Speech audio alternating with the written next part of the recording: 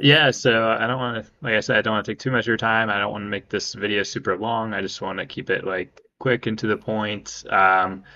So thanks for joining me, Matthew. Let's do, I guess, a quick introduction, maybe some background about you and your work in this space, and maybe how you came to find Speak Your Mind, or how you came to become a coach and that sort of thing. So I'll give you the floor.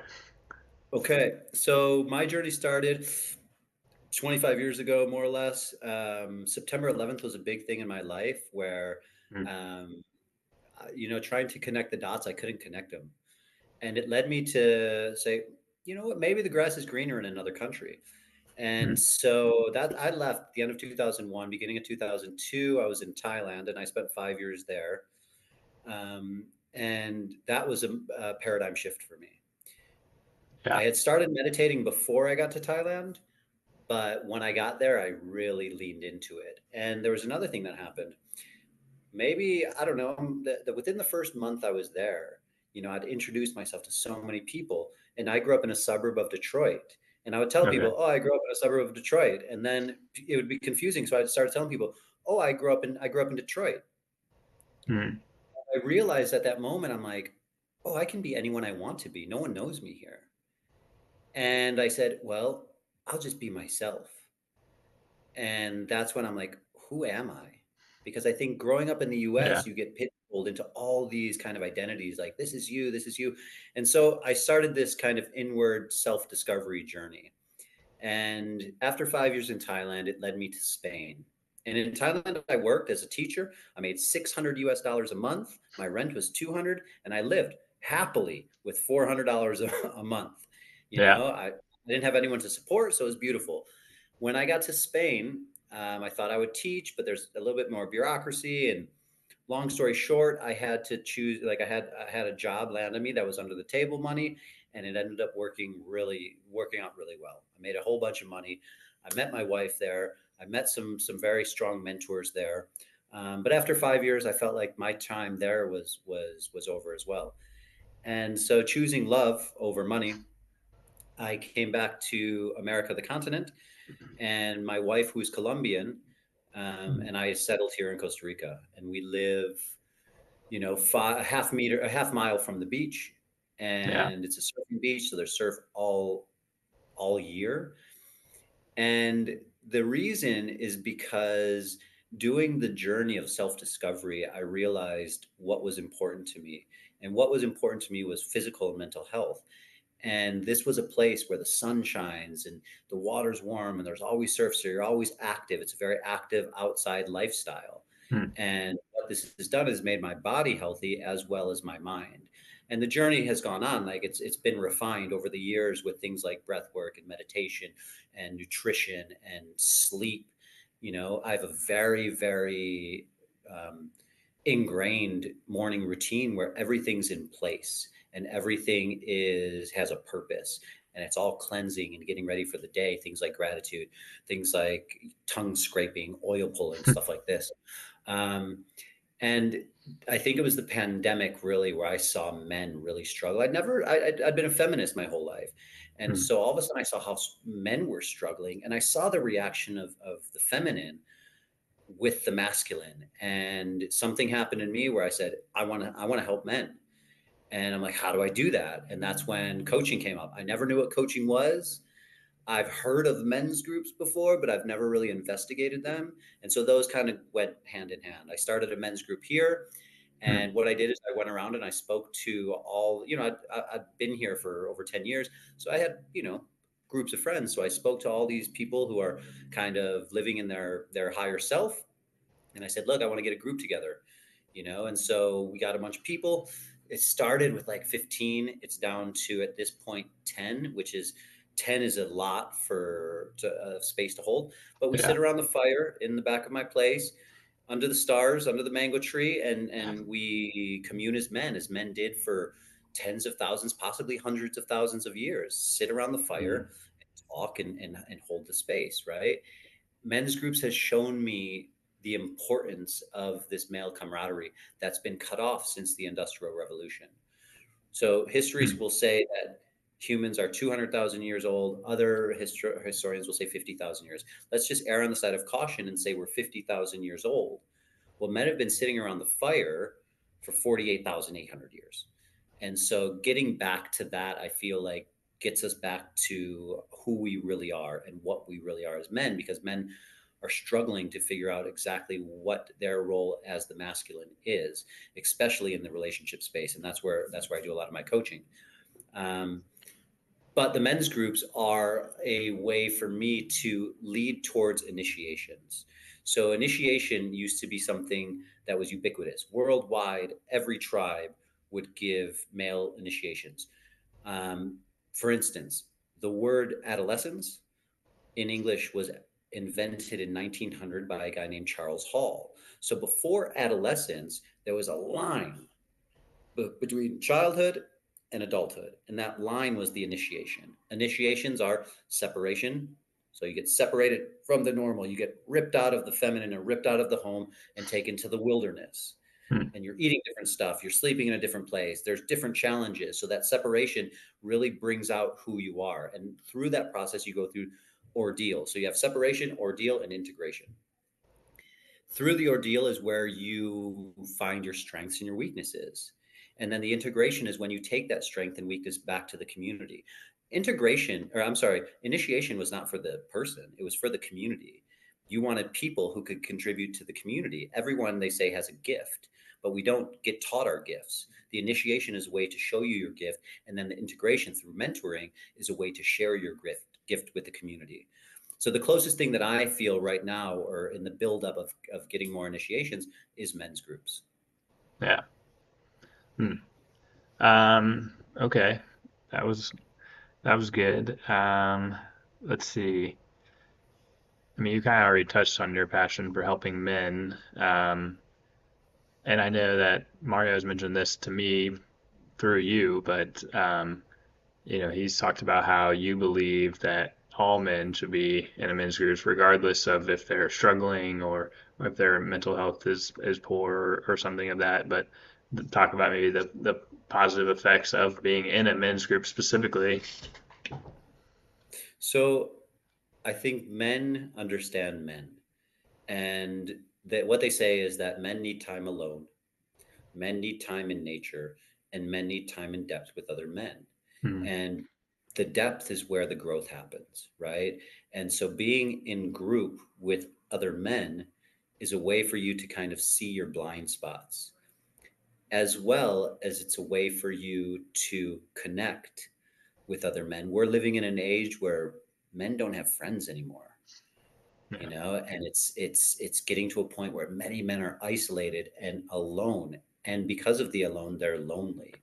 And so at the very basic superficial level of men's groups, it creates connection. Yeah. And connection is key to growth. Deeper than that, it allows men to face their flaws and work on their flaws. The way we have our men's group set up is that we talk about what's going on, but we also do stretches so that you actually have actionable steps to improve yourself. Hmm. Have the men who sit there, and I just read something where it said, we're not there to hold you accountable. We're there right next to you to fight with you.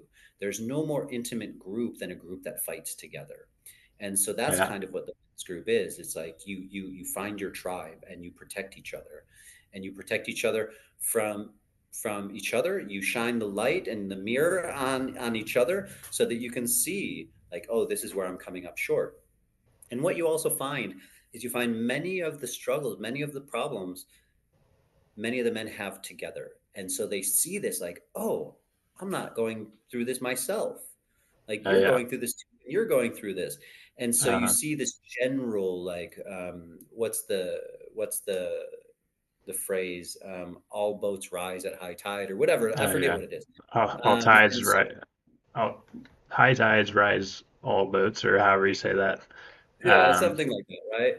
And so that's what you see in these men's groups. And, it's been so beautiful. I've seen guys go from being alcoholics to stop drinking, stop smoking, showing up for their wife, saving their marriage. And I've seen guys through the work of the men's group be like, my marriage isn't right for me and go through divorce. We had a guy who actually died, a Mm. very sudden death, bacterial meningitis back Oh, in wow. June of last year. And it was very impactful for the group, where we were faced to look at our own mortality. And we Mm. were able to do this, and we were able to grieve together and look at our own mortality. And all of us came out stronger and wiser, I think, by having this group to process the death with. And so Yeah. the benefits of men's group are you know infinite, I would say. But yes, men need to have that depth with other men, and men's groups provide that. And yeah, my mission is to have every man in some type of men's group, where other groups are good.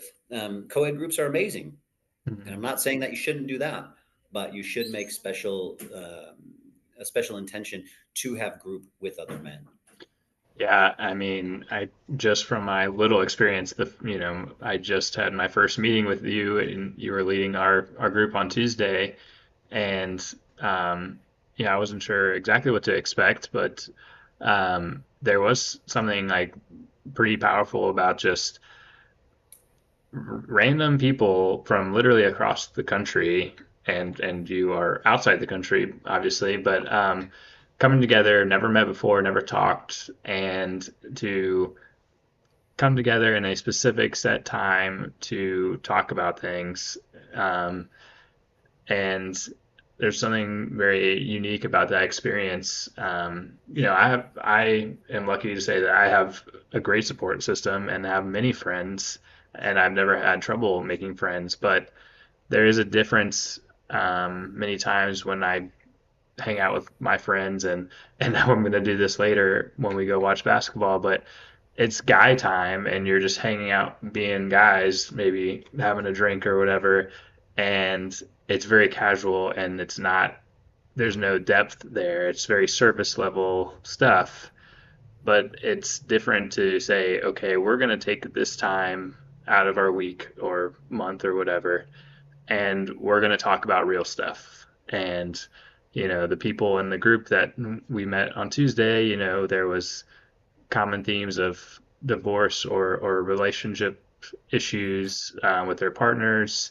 There was people just trying to better themselves by, reading or wanting to work out, work on their physical health or their mental health. Just it's very unique in that way. You don't get that in normal life, I don't think. No, agreed. Like we've been trained that men sit around, watch sports, and drink beer.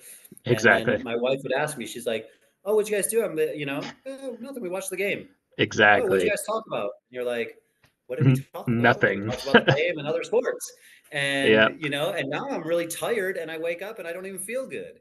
Where she goes out with her friends, and whether they drink or not, she always comes home rejuvenated and revived. Hmm. And she's like, "Oh yeah, we talked about this," and they go in. I don't know. At least my wife and her group. I can't say all women, but it seems like all women, when they get together, they drop the mask and they get right into it. Like, "Oh, my husband's an asshole because he did this." And men don't do that. Men are much more like, "Yeah, dude, everything's good at home. Business is good." Like, how Yeah. about these? How about these sports team, right? And so there's just like that camaraderie is helpful and useful to Hmm. have, like Oh yeah. sports and alcohol, because it does create that connection. And having Yeah. that connection is better than not having that connection. But when you can have that same connection at a deeper level, Oh that's when yeah. you start to see changes happen in the household and in the business. Yeah. I think Azul. more often than not, men, we come in, our guards are up. Our guards are always up. And so that is why those conversations don't normally happen so easily. Um, but in these settings, you kind of have to come in with your guards down and you have to be open and honest, or else it's just not going to work. You're not going to get out what you want to get out of these groups if you're not open and honest. And um, you have to have an open mind and be ready to talk about real things and maybe give your input on other people's things that are happening. Yeah, and that's important because then the people can see, oh, it's not just me. Oh, they Oh have a yeah. similar story, you know? And as we have a guideline of not no judgment, we find ourselves judging. We find ourselves sometimes saying, Mhm. oh, his situation's actually worse than mine. Oh, wait, I'm not supposed to judge, right? And so you have that, and that allows people to kind of breathe a little bit and feel like, oh, I'm not alone. And Oh oh, yeah. there is we had a, we did another one last night. So we have one on Tuesday and Wednesday. Mhm. And there was a guy who, again, had a separation with his wife, and it took him, he said, 4.5 months to get to a point where he's like, I am, I don't care about what happens. If we get back together, great. If we don't, great. But it took me 4.5 months to get there. And there was another guy in the group like, oh, I wish I could have got there in 4.5 months. Mhm. And I think that's also the power of the group, is that when you have the group there supporting you, you realize that you don't just need your wife to support you, and you don't need professional help. You don't need a therapist or whatever it is to support you. You have these group of men who have, in that moment of the day, all of the interest is in supporting each other. And so there's a power in that lasts, and that gives us the confidence we need to Yeah. do the things that are hard in life. Yeah, I mean, if anything, it's free therapy.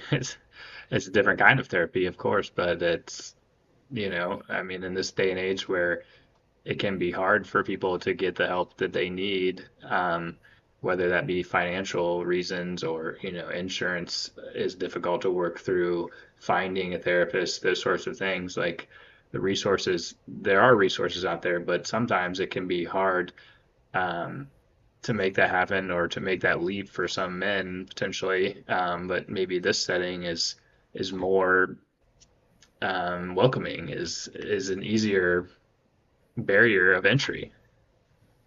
Yeah, and I think that, it for men, it's very powerful. Like, I went to a therapist, and I did not like the fact that I was all of a sudden put in a box and like labeled this, and he was the expert, and knew me just from, one session, knew exactly who I was. And Hmm. so I never liked that. Whereas in these men's groups, there's no expert. We're all experts in ourselves. And that's what coaching believes. Like, coaching is different from therapy because coaching says the coach is not the expert, the Yeah. client is the expert, and the coach helps the client see that they are the expert in their lives, and they do deep down know the direction to go. And so I think that's also what happens in these men's groups, is that there's no there's no expert, that's telling you, oh, you need to do this, you need to do that, this is what you are. And so I feel like for men it's much more freeing. Again, I don't know if women, like, it just seems like, of the men I've worked with over the years, it seems like very few of them actually really like therapy, Hmm. whereas a lot of them are loving the men's groups and coaching.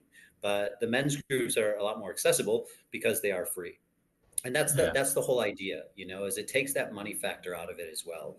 And I like have to give a shout out to Mario, man, because he set the structure up, right? Hmm. Um, Speak Your Mind. He set this up. He has a passion, and Oh he's yeah. really going for it. And he's got plans. He's got plans to grow it, and it's just amazing to see. And I love working with him because I don't have to worry about the framework of it. I don't have to worry about the structure behind it. And for me, it's Yeah. free. For the people who are in the meeting, it's free as well. And I know Mario pays a little bit for it, Yeah.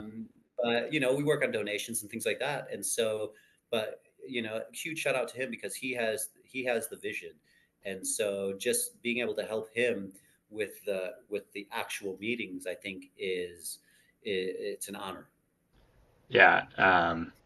Yeah. Big shout out to Mario, of course.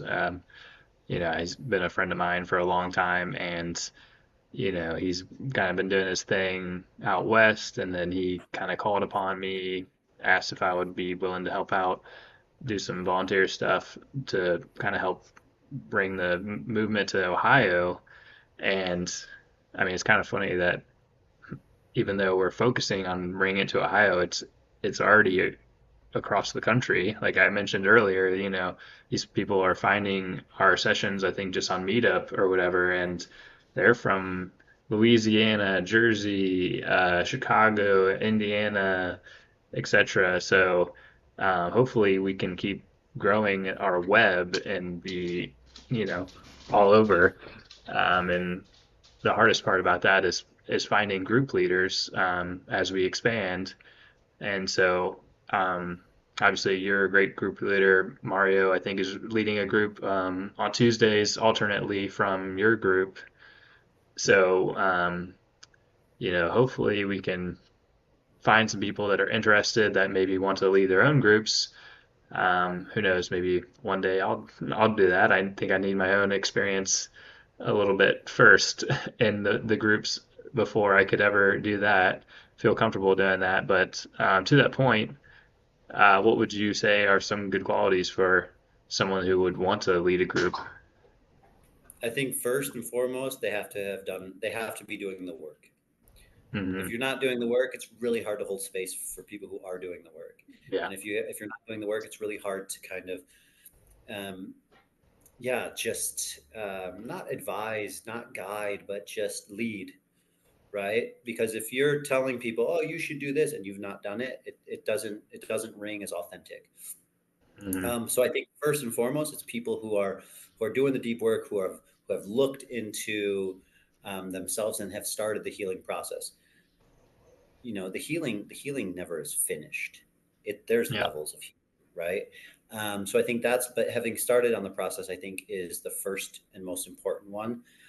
Other than that, I think everything can be taught, right? And everything can be learned. We've set up a guide, and there's a guy who I've trained to run groups, and so we're going to see how he does with the training. Okay. But yeah, we've set up Mario and I've set up a guide, and we have trained another leader. And I think, like I said, I guess to answer your question is you have to be doing the work, and secondly, you have to want to be able to do it. If you Oh don't yeah. want to hold the space, it's going to be very hard for you, and you're not going to look forward to it. There's always, I always, I've been doing this for years now, but I always get a little bit anxiety before the meeting. Oh Like yeah. okay, here we go, and I look at that, I hold that, and I let it go, and here we go. So the guy that I was training actually is like, oh, I just don't know if I can do it. I don't know if I can do it. And he's been coming to our meetings for months now. Hmm. And so I'm like, you're ready. You're ready. Like the only thing that's holding you back is your mind. So I think it's that Yeah. willingness to do it and the willingness to fail, right?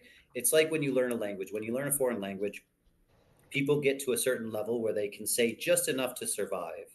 Yeah. If you really want to learn it, you have to be willing to have people laugh at you because people are going to laugh at you because you're going to mispronounce things. And if Yeah. you take that kind of stuff personally, you're not going to be able to learn the language. And I think in the men, in running a men's group, you're going to have to be willing to fail, and you're going to have to be willing to say, "Oh, that was a mistake." Like yesterday, I did, in our opening rounds, I did a little bit different than we did in Tuesday. And after two people shared, I was like, "Sorry, guys, thanks for showing me. We're going to take that part out of it because it doesn't make sense." Hmm. And being willing to do that and being able to be flexible and adaptable is, it's part of it. But the most important is that you're doing the work and that you want to do this work. You want to hold the space for other men because other men are going to look at you to hold the space. Yeah. Like I kind of mentioned this the other day in my first meeting, group meeting, was that if I'm doing this volunteer work for Speak Your Mind and I'm advocating for these groups and this work, I can't just talk the talk. I have to walk the walk as well. And like, it doesn't make sense to be advocating for these things and not be a part of it and not do it myself. And, I've been working on myself kind of individually, meditating, journaling, that sort of a thing. Um, but this has been an interesting experience, I guess, like I mentioned earlier, that I'm excited to dive into this more and make this a thing. Um, so yeah, that's great.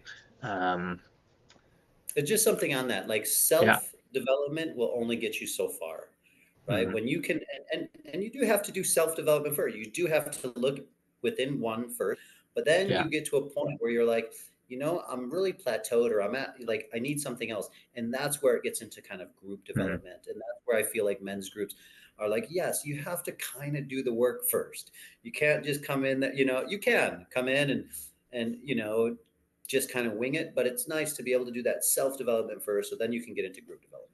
Yeah. And to that point, like you.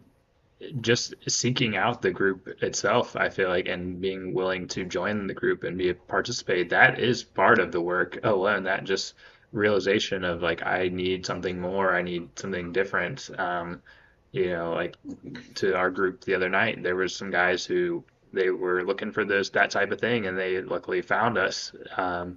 And so the one guy specifically was like, I just needed somebody to talk to, just to some validation that I'm not crazy, that, and that's what you need sometimes.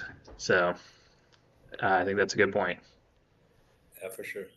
Um, okay, how about this? So to that point, what would you say to someone who is hesitant to join a group? I would ask what their fear was, Mm, yeah, because there's again, all of the positives, right, is that you're connecting with other people, you're getting new ideas, you're getting new strategies, you're listening to other people, which is helping them, and people are listening to you. And so mm, you could probably you can probably agree with this, that there is a certain power when you have 6 or 7 or 8 or 9 other men giving you their mm, undivided attention. Like yeah, whether they tell you anything, whether they say anything that lands, yeah, just that is a reason for you to try it out, right? yeah, And the whole idea that people have told us, lately, is men need to be more vulnerable. True, but men need a space to be vulnerable. It's not like go yes, to work and be super vulnerable at work. It's not like yeah, go home and your wife is not your you can't let your wife be your 100% support. When you have a group like this, you can be completely vulnerable and know that they're going to hold you up so that when you go home, you're going home at your best. And so yeah. the vulnerability thing, I feel like they've kind of tricked us, or they've not told us. It's a very valid point. Men need to be more vulnerable, but they need a space to be vulnerable in. And that's where the men's group is. It holds that space for their vulnerability. Yeah, I mean, there's examples of times where you're listening to the other men, and I mean, I was like, oh wow, that's a tough situation. I don't even know what to say to that. But just giving them that space to vent or to, um, talk about their issues, I think is a big relief. And then some people are able to chime in, and maybe they have situations in their lives that relate, or they can give, some advice. But yeah, there's also something powerful about being with basically strangers, and that because they are strangers or they're not familiar with their lives, like it almost is like a little easier to bare your soul, to talk about these issues, because they don't know who your partner is or your parents are, or your family dynamics. And so in a way that is somewhat better of a situation, because there isn't inherent bias, or um, like you said, we shouldn't judge, we don't judge, and we try not to judge. But I mean, sometimes those feelings do come up, inherently. But um, I think it's easier to not judge when you don't know that person really. Agreed. Yeah, there's something magic about the virtual circles. I started doing in person. Everyone that I knew, everyone in the group I knew, Hmm. and we just all hit it. Like there was just a very beautiful, magical energy in the space. And so when Mario and I, like when I reached out to Mario and he's like, you can run, I have a group for you to run. I was like, how deep are we really going to get on the internet? Yeah. And I was shocked after the first meeting, like crying, and like people just Hmm. really giving all of their problems, right? And I'm like, wow, this is almost more profound and more open than our in-person one.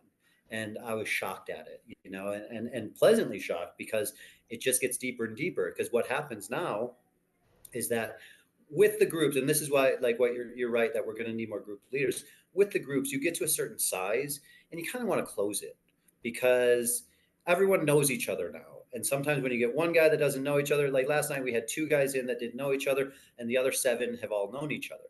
And so once you get to a certain size, you kind of want to close it and then open another one up. And because what happens is strangers come together without judging, like you said, there's less judgment, but Hmm. then you get to know each other. And so there's that you create this group where the whole idea of non-judgment is an actual reality. So yeah, really good point. Yeah, okay. I thought that was good, but we're running low on time just because I have the free Zoom. It only allowed me to make this 40 minutes, and Yeah, I no don't want problem, to Rob. make this super long anyway, because if I'm going to clip this up, then, You we got don't a lot want of it to work to do. be hour some long, but let's say maybe we can do one more thing here. Um, I wrote some questions down. Let's see. We kind of touched a lot of these already just in our conversation. Oh, real quick, let's just go through what to expect in a men's group for any new people that might be, coming in, like maybe run through the schedule of the meeting real fast. So what in our virtual one we do four, possibly a fifth round. The four rounds that we always do is the check-in round. So it's how you feeling mentally, how you feeling emotionally, how you feeling Hmm. physically. Some groups, how you feeling spiritually. We ask questions like, "What was a big win you had this week?" And then we always go with this one. I try to change it, but people like it. Like, who are you grateful for? Because I think getting that gratitude going at the beginning is really helpful, and having that person that's really been supportive in your mind is helpful. So we just check in. That's about 3 to 5 minutes a person. How are you doing? How have you been since the last time we got together? The second round is the challenge round, right? The support round. So that round is like, what is challenging you? What's been challenging you the last couple of weeks? What's just challenging in life? Where would you like some support? Hmm. So each person has their time to speak. If they want to pass, they can pass. When they're done speaking, we ask if they want support, if they want feedback. If they do, we open it up to the rest of the guys to give feedback, share stories, give strategies, things like that. If they don't want feedback, then we move on to the next person. The Hmm. third round is the stretch round. Stretches are mini goals, things that you have to stretch for, things that might be a little bit difficult. And so you're stretching to accomplish that in the next 2 weeks. And what we do with those stretches is we have a thread that we set up on WhatsApp, and we put Yeah. the stretches in there, and we bring them up. I'll bring them up during the week, like, how you doing on stretches? And, oh yeah, I forgot I need to get four more of these done, or whatever it is, just to keep Yeah. it top of the mind, right? You want to remember, that you are working on yourself. You do have a commitment to work on yourself. So we Hmm. go through the stretches, and then the last round is the whip round, which you say, how are you feeling now at the end of the meeting, or what was a big takeaway you had from the meeting? And then we wrap it up. If there's a few, if there's not so many people in the group and we have time to spare, we have an optional third round. So in between the support round and the stretches, we can say, we can bring a topic up. So I'll ask as the facilitator, what is mature masculine in today's age? Or I will say, um, what do you see as the effect of social media on our kids today? Or what's loyalty to you in terms of, Hmm. family and your friends, and to yourself? And so that goes into a little bit of a deeper conversation where Yeah. men can talk about their beliefs and their core values, because it's really important to identify our core values to make sure that we're living in an aligned life. Because when you live an aligned life, it seems like the universe just kind of provides things for you. There's obviously going to be struggle, but it'd be much easier when a door closes to see the other door open. So it's really important to kind of get to those core values, and that's what the Yeah. optional third round does. Yeah, and it's important to note that if anyone doesn't want to do any of those things, like it's of course not mandatory. None of this is mandatory. It's here. We're here for you. So if you don't want to do anything, you just pass, go on to the next thing. Maybe you don't have anything that you're struggling with that week or whatever. So oh, I don't need any support or I don't need feedback. And of course, you don't have to give any feedback if you don't want to. So we're just here to give space for you and if you need it and if you want it. But we obviously encourage you to use that space and get the help that you need. So, And one of the most profound meetings we ever had, there was a guy, this was an in-person one. There was mhm. a guy, we were talking about marriage, relationship, kids, and he's single. And he's actually the youngest in the group. And he didn't speak the whole meeting. The whole meeting, he Hmm. didn't speak. And after, he's like, man, I learned so much in that meeting. That was the best meeting that we've had. Wow, So you don't have to talk, like you said. that's great. That's cool to hear. Well, we're running out of time on this meeting, and like I said, I want to try to keep it short and sweet and to the point. But I thank you very much for your time and for running these groups and staying involved and finding Speak Your Mind and being a beacon for men in this world. And is there anything else that you want to say before we log off? No, yeah, I really appreciate the time and the space. Like I could talk about this stuff for hours and hours. So yeah, Yeah, I love it. And yeah, it was really nice to meet you. And I'm glad that you're volunteering time as well for Speak Your Mind. Like I think this place is this it's growing. So it's nice to be part of the team. we're definitely trying to. The more people we can reach, hopefully, the more people we can help. So that's the And goal. But agreed. I guess I will see you not next Tuesday, but the following Tuesday, and we'll probably be chatting on WhatsApp. But it was nice talking to you. So have a good Yeah, awesome. one. This is great, man. Thank you so much. I appreciate it. Take No it easy. problem. Thank you. You too. Have a good one. You too. Bye bye.